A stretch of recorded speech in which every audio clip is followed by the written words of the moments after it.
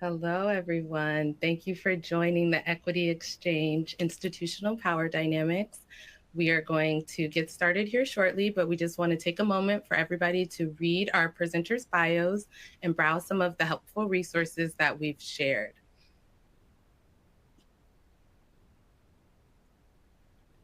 You'll see that if you're new to the On24 platform, that there's some cool new features that you may not have been used to. So I want you to get used to the attendee chat where you can share your ideas and resources with fellow attendees, our resource hub that has some helpful links to NICHQ and partner resources, and our certificate of attendance that everyone who is attending today will receive.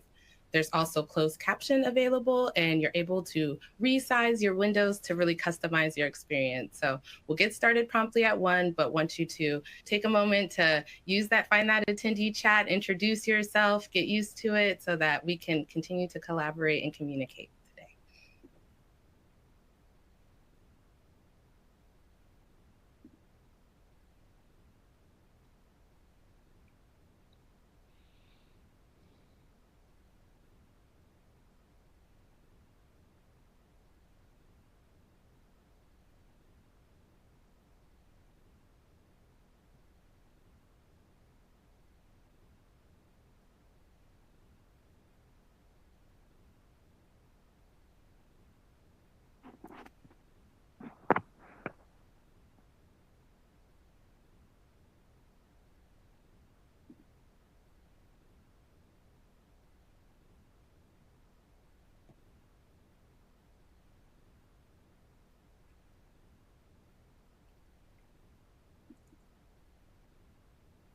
All right. Hello, everyone. My name is Dominique Davis, and welcome again to the Equity Exchange.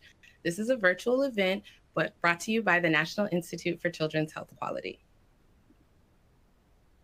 At NICHQ, we work on improving systems of care, maternal and child health, with a commitment to equity in all its forms, with regard to race, color, ethnicity, nationality, gender identity and expression, sexual orientation, age, ability, or religion.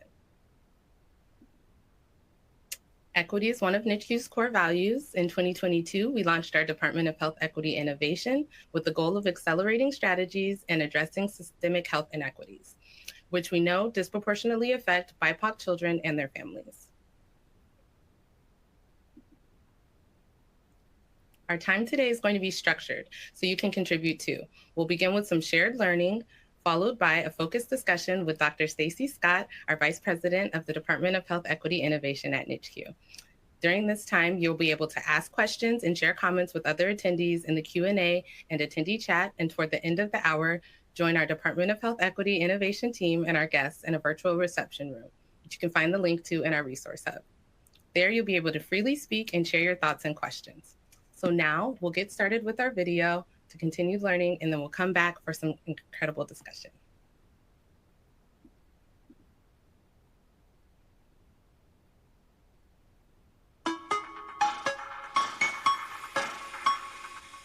NICHQ is proud to participate in the National Day of Racial Healing, an annual observance hosted by the W.K. Kellogg Foundation, created to build on the work and learning of the Truth, Racial Healing, and Transformation community partners. Thank you for joining the Equity Exchange, designed in 2024 to be a year-long equity-focused virtual event series hosted by NICHQ's Department of Health Equity Innovation. This series provides a unique space to exchange innovative ideas, learn and discuss emerging theories, and share resources and tools on topics related to equity in maternal and child health. Today, we will speak with expert panelists about an equity paradigm shift, power dynamics, and centering community voices within healthcare systems. The concept of paradigm shift originates from Thomas S. Kuhn's work, The Structure of Scientific Revolutions. This shift occurs when the established paradigm that governs traditional systems becomes incompatible with new observations or phenomena, prompting the transition to a new theory or framework. Reflecting on the past 5 years through the lens of this book, it's evident that numerous organizations and individuals have dedicated their efforts to providing the necessary resources and opportunities tailored to ensure all people have access to appropriate services, systems, and support. It is important to recognize that everyone begins from different starting points and confronts distinct challenges.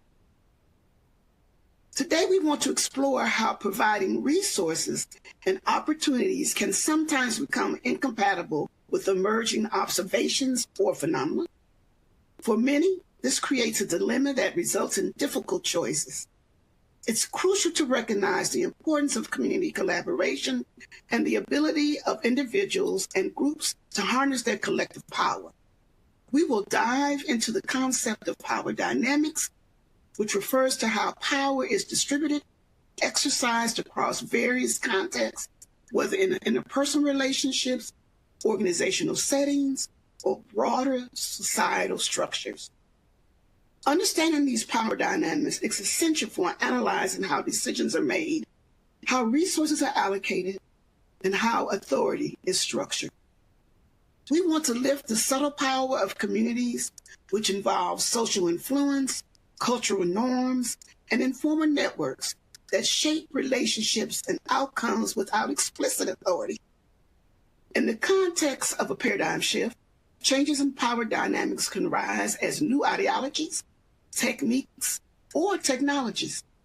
We must gain a deep understanding of power dynamics, allowing for the development of more just systems and thoughtful decision-making in health equity.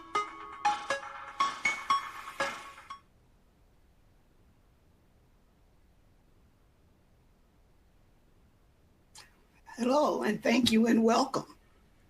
So I'd like to begin by thanking you for being here today. Everyone, we welcome you into this space. However, you arrived today.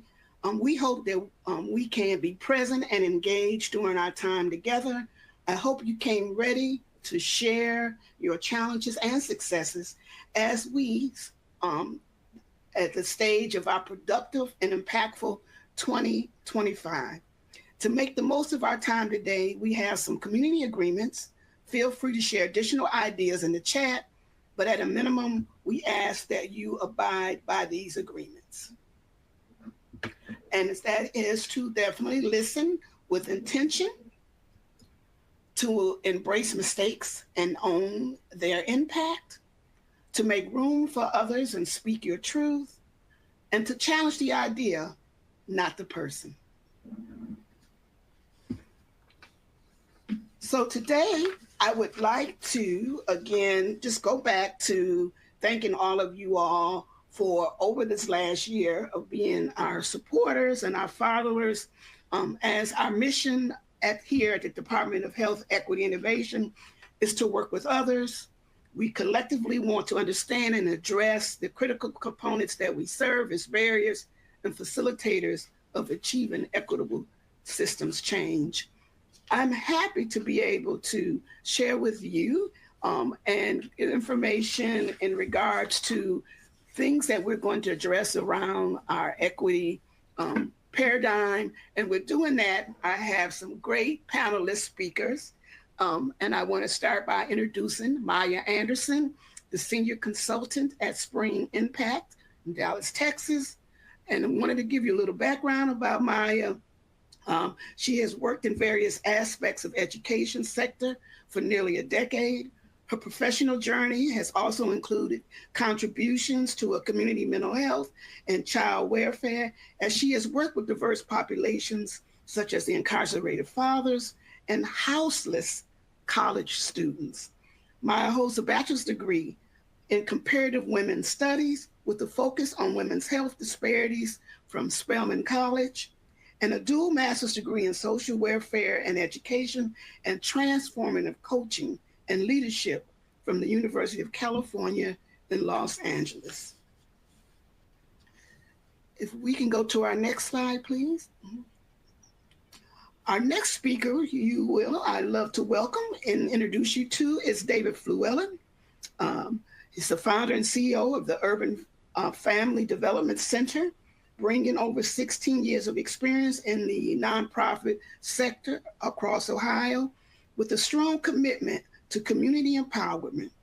Mr. Fluellen leads an urban FDC in the missions to provide families in urban communities with the tools and resources needed to overcome poverty and achieve long-term stability. Mr. Fluellen draws on his extensive experience to inspire and educate audiences on topics such as family stabilization, fatherhood, and community transformation.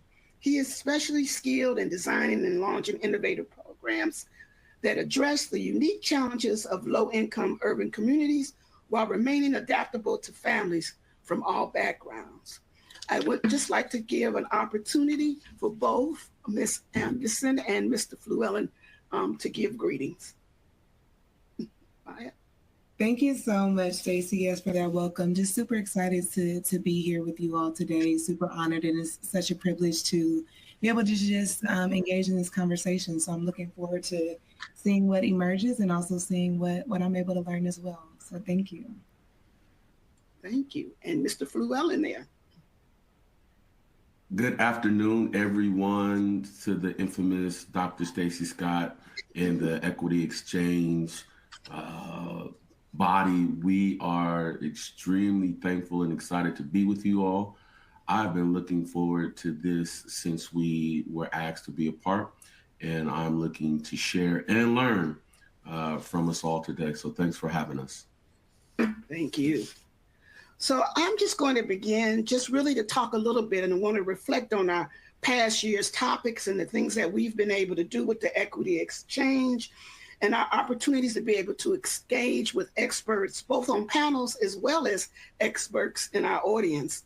It is our hope that we have been able to encourage collaboration, build trust, and create an environment that optimizes health outcomes for mothers, birthing individuals, and their families. I also want to start, as you know, we talked about in promoting this about an equity paradigm shift. And I'm going to be honest, that phrase is something that I coined when we talk about equity paradigm shifts. It's really based on my observation of working to create equitable systems. I want to refer to some examples. For example, when an organization or individual works in the arena where their constituents are not quite ready or willing to embrace social justice agenda, a true social justice agenda in its truest forms, this can create a dilemma, especially when the organization's commitment contradicts social norms, which could ultimately impact its ability to sustain itself. So when we look at adapting to a shifting paradigm, we may be necessary as current landscape becomes incompatible with the organization's original intent, that we have to actually do a shift. And in many cases, I call that the paradigm shift dilemma. So I want to start out the questions today based on this line of thinking. What strategies can organizations employ when working with communities to help them navigate the complexities of changing power dynamics? And so just kind of, again, looking at our communities' informal networks and things of that nature, and both of your experiences in working with communities, how can it help us as we are looking at possibly doing some shifting in regards to some of the work we do around equity and some social influences? So I'm going to start with, who would I like to start with? I'm going to start with Mr. Fluellen first, because he definitely runs a CBO, and I'd love to hear from him. Community-based organization, I'm sorry. Awesome. So again, just thanks for being here. When we start talking about serving the community from an organization perspective, one of the things that I often like to remind myself and my staff and those that are associated and connected to the Urban FDC is, why are we doing the work, right? Why do we come in every day? Why do we serve the families that we serve? Because there is no one agency that could, we work in the space of infant mortality reduction, working with fathers and men, helping them to understand the role that they play in the reduction of infant mortality and ensuring that mom has a successful pregnancy, a successful birth outcome. And we can't solve this problem by ourselves, right? We can't solve it by ourselves. And we are just a piece of the puzzle as it relates to the solution to the problem. And so again, when we start talking about opportunities, we have to be aware that we all bring something to the table. And we are all a piece again of that puzzle that's needed to be successful. And y'all gonna have to bear with me because all I know how to do is be honest and transparent and keep it 100. Well, that's what we want. We got to be honest. We got to be honest. Some of us are part of the problem. We've worked in our silos for years. We have a group of people that we work with, others we won't work with, and ultimately we are not really tapping into other organizations and other opportunities for the individuals that we serve because we stuck inside of a little bubble, and it's really competitive. If anybody in this audience that has worked in the nonprofit sector for any amount of time, you could probably raise your hand or put it in the chat and say, I know you're lying, you're not lying, and I know you're telling the truth. But we've all seen it happen. And so none of us have the answer. So we got to work together to provide opportunities to the people that we serve. Because again, we have the solution, but we don't have all the answers. I hope I answered your question because I could talk all day long. That's all right. Hold on. I'm coming back. I'm going to go to Miss Anderson over here. Miss Maya, what do you think? Yeah, no, I so appreciate really all of what David shared. And I think to that question, Stacy, a few things come to mind for me. One, just continuing with that level of honesty. I think building trust through transparency, right, is super critical. I think oftentimes I see in my work in supporting organizations, especially when we think about navigating power dynamics externally, it seems like organizations sometimes want to they're bound to perfectionism, right, and just don't want to keep it a stack, right? To David's point, just being super honest. And I don't think we can undermine the value of trust and being transparent and really being honest about what your goals, challenges, intentions, and limitations are, right? And I think that sometimes I've witnessed organizations really not acknowledge how much community and community members really value just that level of radical honesty. And I think sometimes also with being honest, I think something else that comes up to me is also being able to embrace conflict as growth. Right? Because if you're really keeping it a stack and sometimes saying your limitations and being honest about what tensions exist, right? There's going to be conflict there. Everybody's not going to agree. You're not going to always be on the same page. Everybody won't have the same agenda. But what opportunities exist to be innovative, right? Through really just holding space for conflict and really using that as an opportunity to practice open communication, honest communication, and being willing to kind of change course through that kind of feedback. So I feel those are some of the two main ways that I feel organizations can really kind of begin navigating that, right? That's not exhaustiveness, but I think in my work with orgs, these are some of the areas that I see orgs have a lot of challenges, but I feel it's most prime for change there. Great. I guess I kind of want to go a little bit further, and I'll go back to you, David, about you're talking about working with other organizations and things of that nature, but how do you see your role in engaging the community and being able to harness both their formal and informal networks that exist within communities, and helping them to realize their true power in an effort, especially around promoting health equity, and then being able to, again, go back and use their influences throughout the neighborhood in different venues that can also assist you as a community-based organization, but also assist them in achieving, again, health equity, and really being able to take care of themselves and their community. That's a great question. I think the first thing that came to my mind is educating the community on what the problem is and how how they got into the situation that they are. When you start talking about dealing with the social determinants of health, how many people from the communities that we serve know that term? Like, what does that mean? What are the social determinants of health? And when you break it down in language that they can understand, they're like, oh yeah, yeah, that's me. And so helping our community to understand, my favorite book says that the people perish for the lack of knowledge. Like, we don't know. And a lot of the information that we got is inaccurate because we got it from our cousins or the barbershop or the nail salon. And a lot of times that isn't accurate. So I think it starts with really, I'm boots on the ground, right? I'm pulling up. I'm going to where our community are. I'm going to where our fathers are. We're not waiting for them to come to us. So I'm all about really educating and empowering our dads, empowering our community and giving them the education.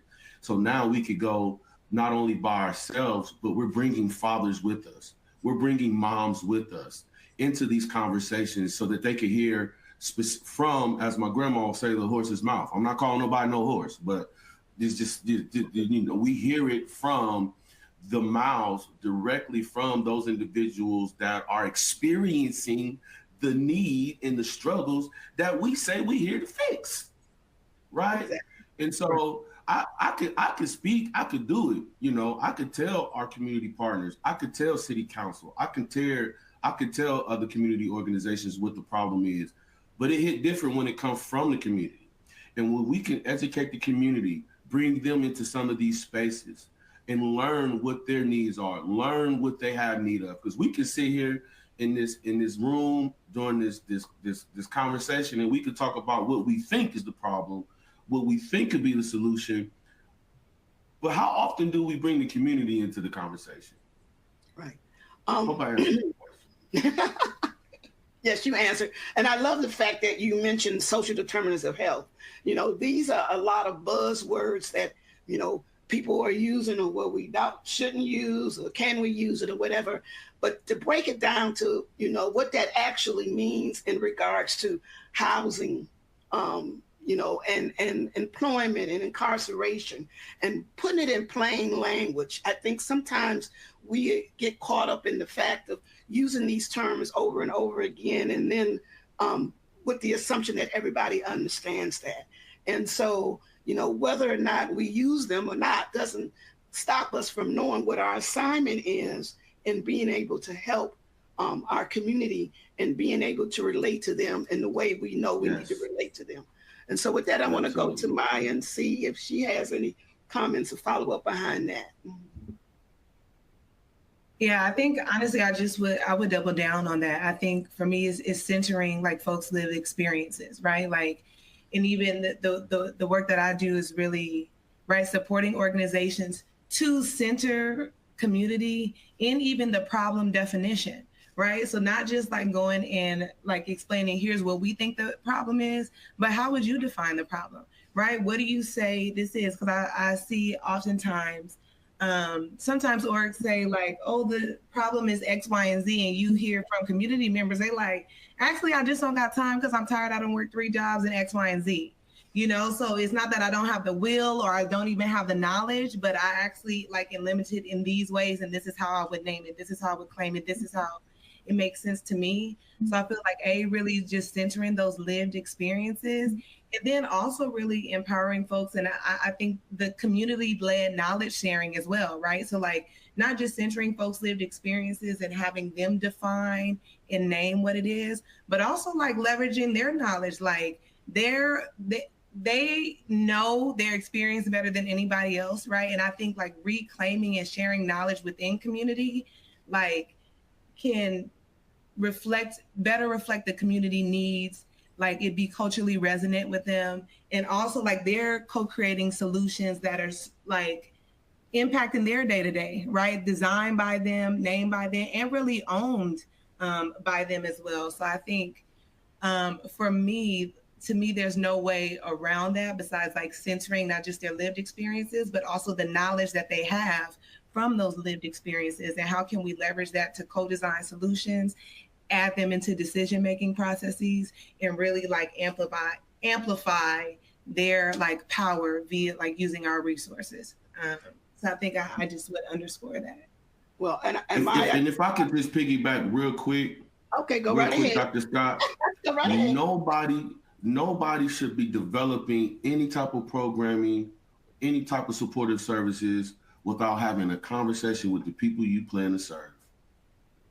We shouldn't develop no program, no curriculum, no nothing if we haven't heard from the community. Because if we want to be successful, ask them and they'll tell us what they need. And we can build it around of what the need is. Some of us wonder why some of our programs are struggling. You don't sound like the community you want to serve. You got people, I'm about to get in trouble. You got people doing the work that don't have any type of cultural relevance, that don't look like the people you serve. And at the end of the day, we wonder why our numbers aren't where they at. Boo-boo, don't nobody know what you're talking about. Yeah, so no. I mean, I don't want no. It leads to like this next question that we had about way we use cultural norms to shape collective impact.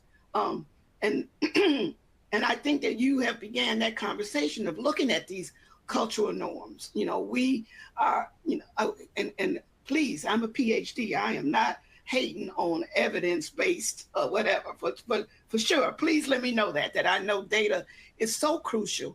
But, you know, I also know that looking at evidence-informed and evidence experiences of communities, unfortunately, who do not have that opportunity to collect the type of data that we feel is acceptable to prove whether or not something is working and not, really can become a hindrance. And when it comes down to, you know, cutting funding and things of that nature, because we don't have that in working with the community and helping them to gather that kind of data, unfortunately, a lot of those services go away. And so, you know, I am asking you and both Maya, and looking at how do we use these cultural norms, the things, the resilience of the community, you know, and we always look at it from a negative standpoint. And my goal for 2025 was to talk about it from a point of resilience and what we can learn from communities and the resilience that they have, that they continue no matter what happens to survive and thrive, maybe not in the complex way that we imagine that is, but that they are going and getting up every day and doing the things they need to do to take care of their families the best way they can. So, David, I'm gonna go to you and then go back to Maya. Is there anything you like to? Mm-hmm. Yeah, so again, I think I heard your question. I was writing as you were talking, but yeah, again, just from the perspective of, you know, us really being able to take what we learn from the community that we serve and apply it. Some of our most successful events, programs have come from the mouths of our community. Listening sessions, learning what's the new. I don't know about y'all. I'm 44. I'm considered an old head, right? I was around the way a couple weeks ago, and one of the dudes called me Unc, and I didn't know how to feel about that. What's up, Unc? I'm like, Unc, wait, what? What's up, OG? I'm like, OG, like, whoa. But staying up to date with terminology that, you know what I mean, that's being used again in those communities again. Because again, and we talked about, you know, the ability to be relevant to the culture that we're serving. And I think, again, just being able to, again, have wording, marketing that speaks to the community that we serve is very important, is extremely important. Maya? Yeah, I so appreciate this question. And I feel like what comes up for me, I feel like I'm just gonna double down on what I said before about really like harnessing community like knowledge in resource sharing, because I think especially if we think about like challenging norms, I think sometimes we also go into communities and don't even ask, like the questions that we ask are also really targeted to our own outcomes, right? And so by even the frame of the question, sometimes we're eliciting things that are only going to further validate what we that have all like the power, the privilege, like the resources, like name. But it's like, okay, what was true for your grandmama and your mom's mom and your grandmama's grandmama? You know, like what are like how can we really like ask the questions that folks are not being asked, right? That are actually getting to like the core of their like day-to-day experiences. What kind of like ancestral knowledge and wisdom can we uplift? Can we use that folks have been, it's so ingrained in their way of being, and they embody these truths, and they just feel like it's norms for them, right? But not norms like culturally. So how can we be better at like exercising that and getting that like wisdom and quote unquote formalizing it, right? Because I think we see, especially when it comes to health, so many things have been true and working in communities for so long, but then it takes 10 years for somebody in academia to say, oh yeah, now like breath work is a thing, or, you know, go rest your nerves. Now it's like napping and wellness and, you know, all this, like we have this formal language, but I think really like harnessing community knowledge, that kind of like ancestral wisdom to kind of challenge stigmas and the norms that exist that might be counter to what folks are just living their lives on a day-to-day. I think it's really powerful in trying to like transform what we even think is a health outcome.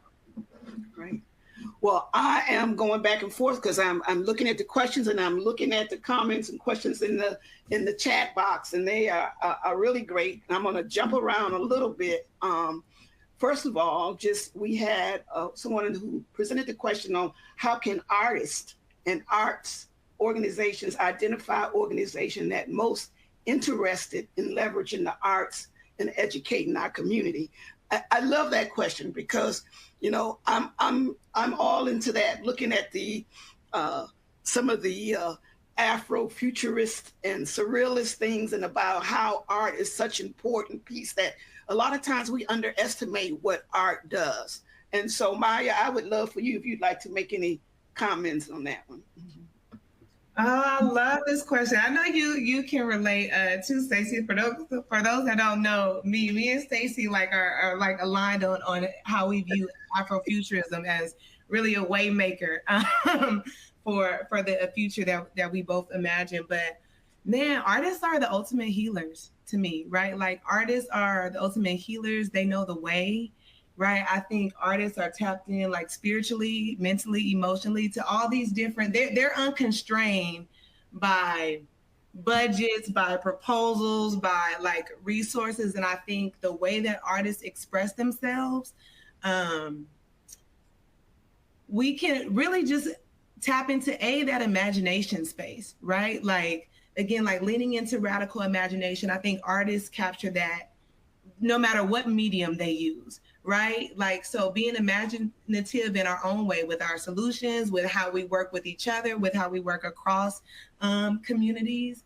Also how we even measure data, right? Like how can we use like art? I think the way that artists express themselves can even be connected to like how we capture and measure data and even define data.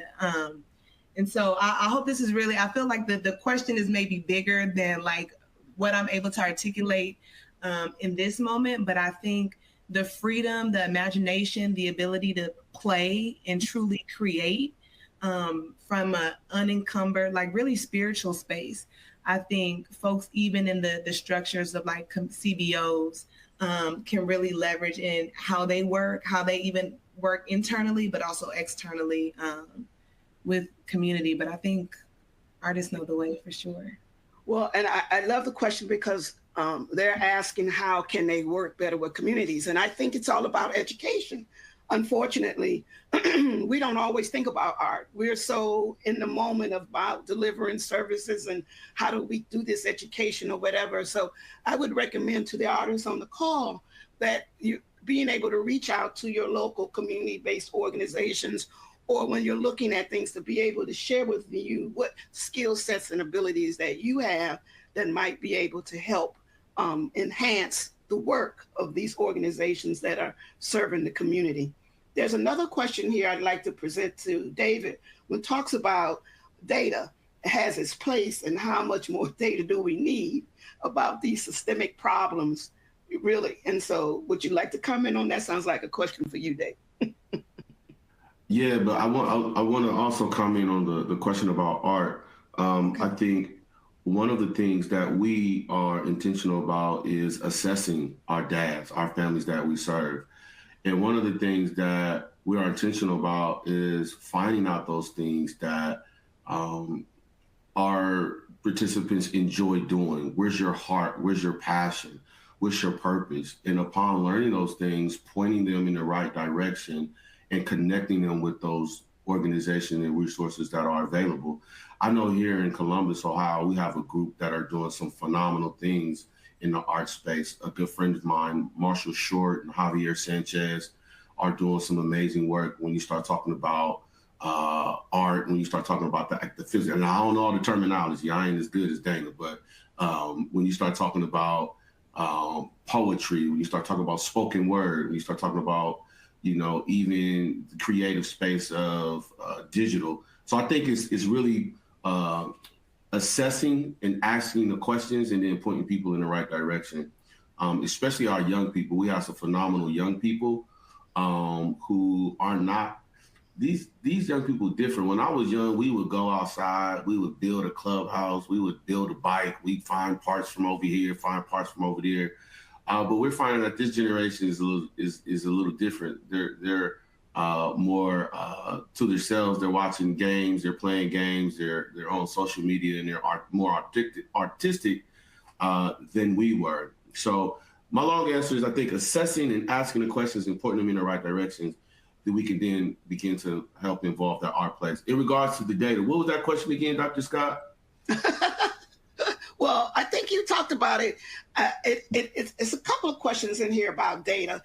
And in essence, I'm just going to paraphrase, how much more data do we need? Right.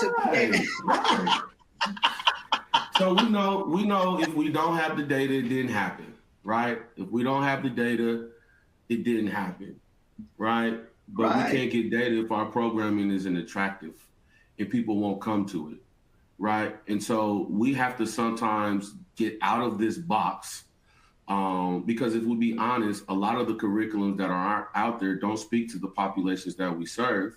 And so we got to massage and modify anyways to meet the people in the population that we serve. And so I think we have to be open to making sure that, again, and I don't know why I'm stuck on this relatability piece, but we have to be able to relate to the audience that we serve in order to get the data. We got the data, but are we relatable in our approach of the services that we're providing? You cannot do this work inside of a box. You cannot. You never know what you're going to deal with the family day to day.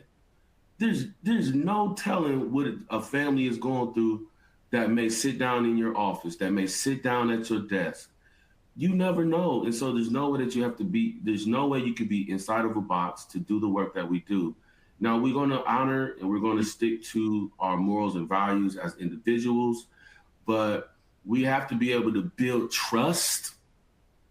We have to be able to make sure that the people that we serve believe in us, that they can come and confide in us about the things that are really important to them, the things that they're really dealing with, and know that you're not going to go turn them in, and now we're not going to let nobody be in harm, and we're not going to let nobody be in an abusive relationship and cause harm to themselves, to the children, or to people around them that love them.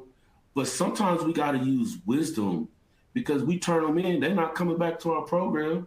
They probably going to go back to that same situation, and now we've lost them. So again, we got to really be mindful of how we move and have to be intentional about building relationships, because people can feel whether or not you really on their side. They can feel it, and they can hear it in your talk and your tone and the way you. One thing about the population that we serve is a lot of times have been let down, so their guard is up. They don't trust people. They don't trust even organizations, because other organizations let them down, told them they was going to do X, Y, and Z. And they let them down. I'm going to be quiet. I'm going to talk. That's okay. No, I love it. So we got a couple of questions I'm going to try to, and we don't have a lot of time, unfortunately, but one question I thought is very interesting is that, can you talk a little bit about the price that many people of color particularly in the community, pay when they do keep it 100%.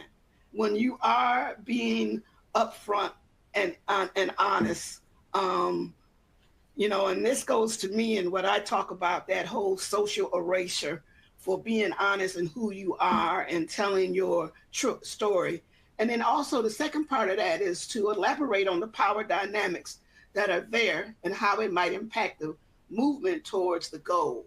And so, and then Maya, I'm gonna present this to you. And then the comment was that they love the phrase you use, radical honesty. So Maya, you want to speak to that question a little bit? That is such a freaking great question. What a brilliant audience. I didn't expect anything less, but I think that question is so real.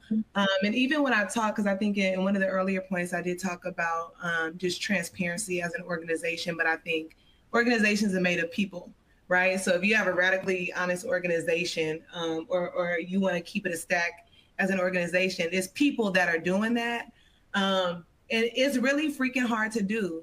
I'm going to be honest and say, I think that's a tension, especially like as a Black person of color, I think is what they said.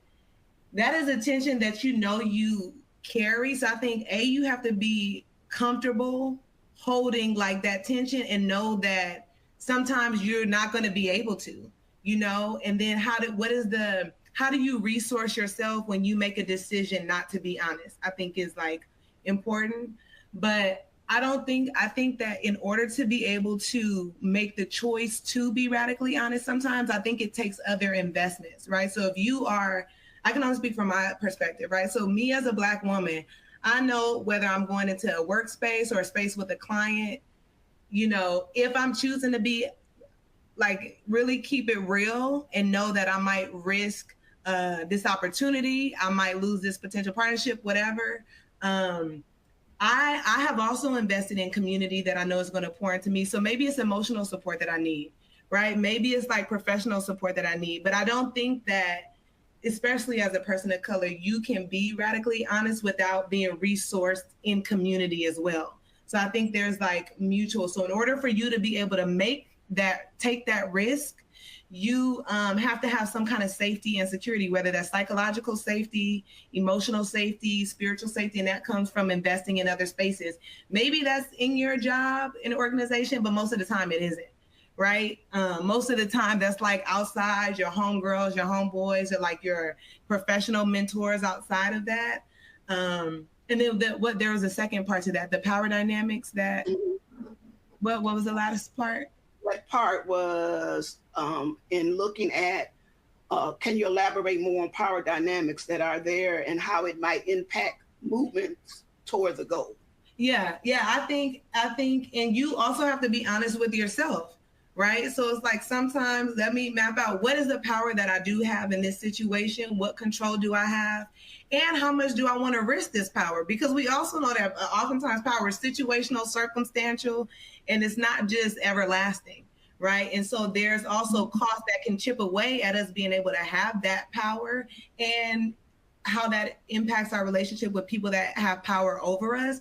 So I think unfortunately, it's very like calculated. And sometimes it's not just even a mental or like a logical calculation, but sometimes it's like a spiritual kind of like a feeling calculation, right? Does this feel true? Does this feel honest? Like, can I live with this decision? But I think being able to name that you just going to have to hold those tensions and know that it's going to be ever evolving, that it's going to shift, that your ability to do that is fluid, but it's also contingent upon you being supported in other ways.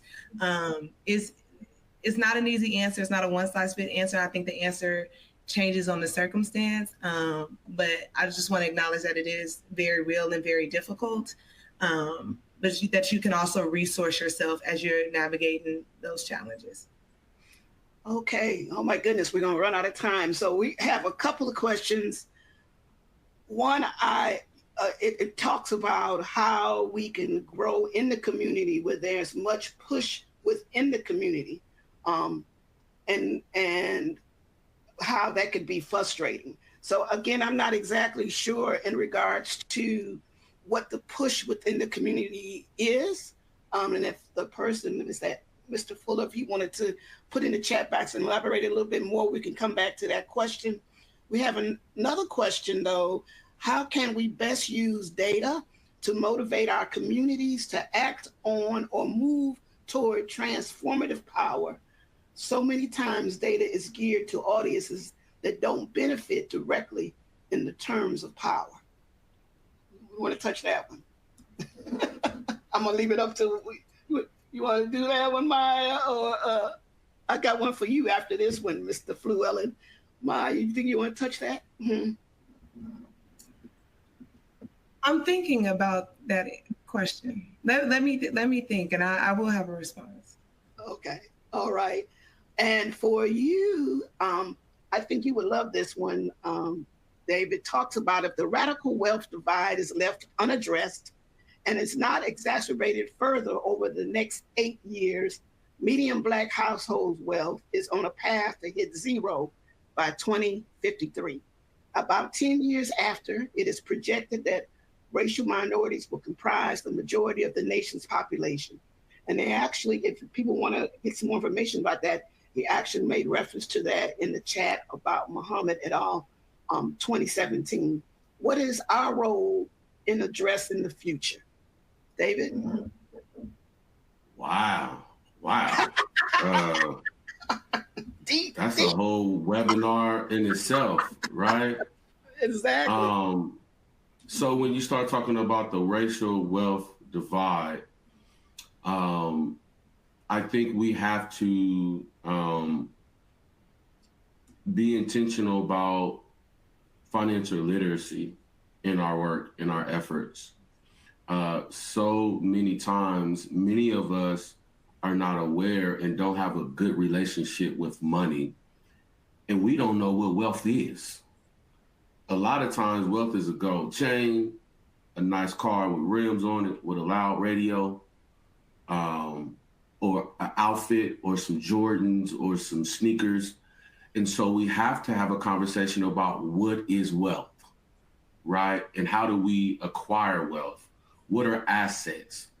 What's items that we're buying that are depreciation assets versus properties or assets that we're buying that produce passive income, right? Those are conversations that we have to have because our school systems aren't having it, right?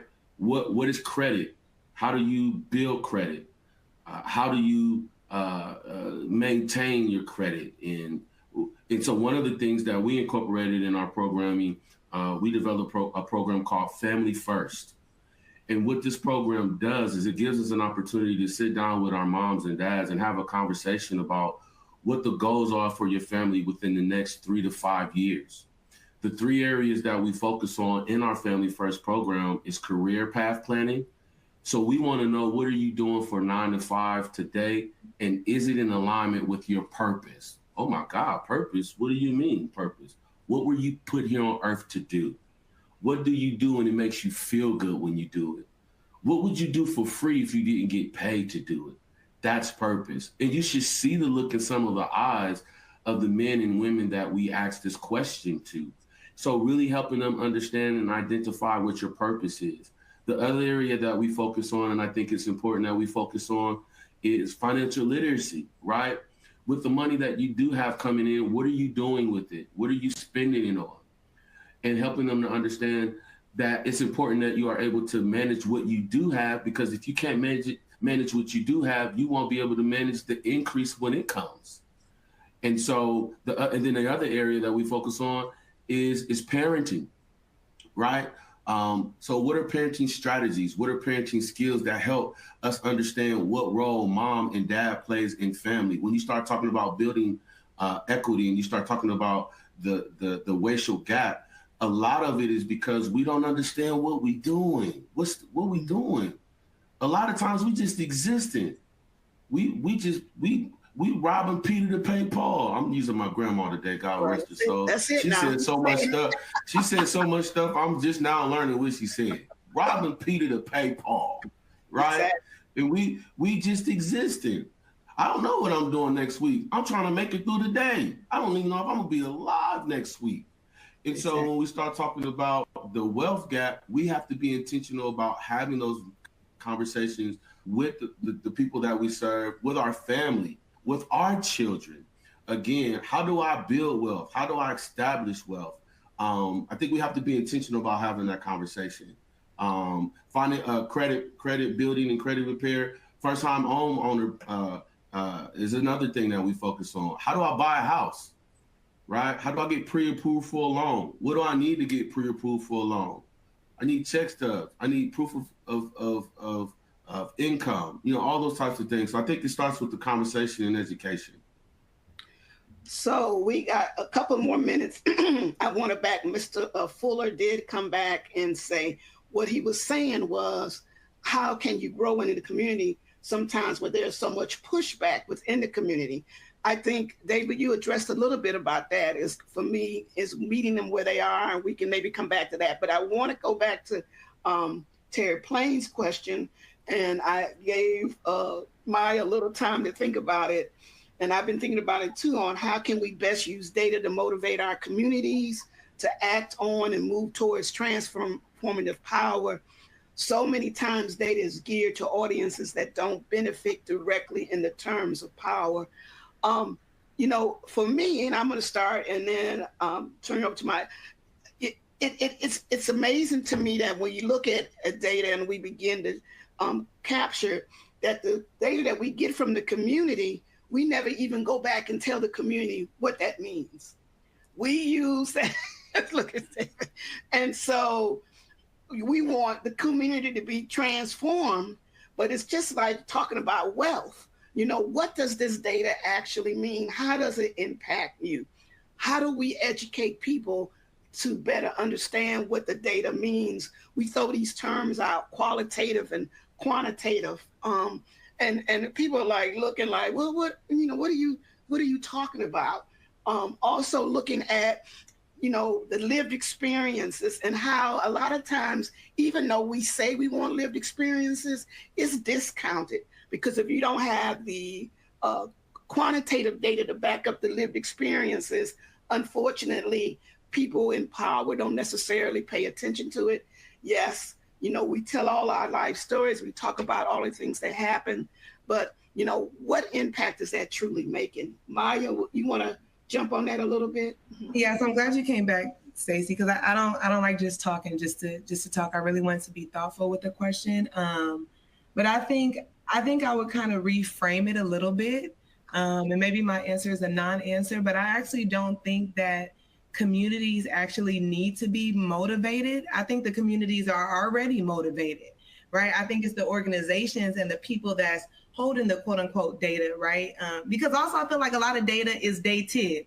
So by the time we done captured, we done spent it all, it done gone through all the processes, it hasn't got it in a report, it's a year or two old or even 6 months old already, right? And like community is having experiences in real time, real action. They're either feeling great or they're not feeling great about it. Like they also have like the internal and bodily wisdom in the moment that's letting them know how they're feeling. So I feel like it's those that are doing something with the data that need to be motivated toward actually leveraging, to your point, Stacy, community experience in a real way, in a different way. It's those people and the stakeholders who are invested in the data, those folks that are collecting it, that actually need to be motivated toward mobilizing the power that and the motivation that communities already have, and them doing and responding different. So I think that's really how I would frame that question.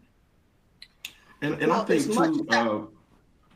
Okay, I'm gonna let you finish, and then we gotta go move over. But go ahead. I just want to say, I think too that you said you hit it, Dr. Scott. We don't share the data and what the data means with the community in a way that they can understand and get it. When I was approached about developing a program centered around reducing infant mortality, my first word was, what is infant mortality?